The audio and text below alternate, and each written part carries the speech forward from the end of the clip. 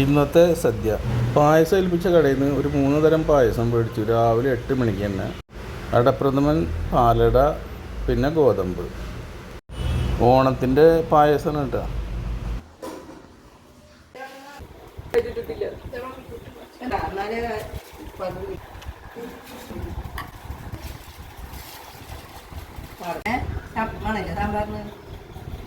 കറികളെല്ലാം വീട്ടിൽ ഞങ്ങളുടെ മമ്മിയും ഭാര്യയും കൂടി ഉണ്ടാക്കിയതാണ് കേട്ടോ.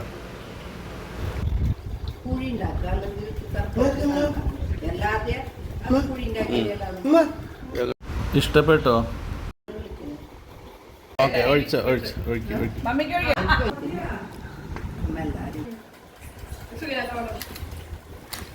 അങ്ങനെ പപ്പടം, പഴം, പായസം എല്ലാം കൂടി കുഴച്ച് ഒരു പിടുത്തം അങ്ങോട്ട് പിടിച്ചു.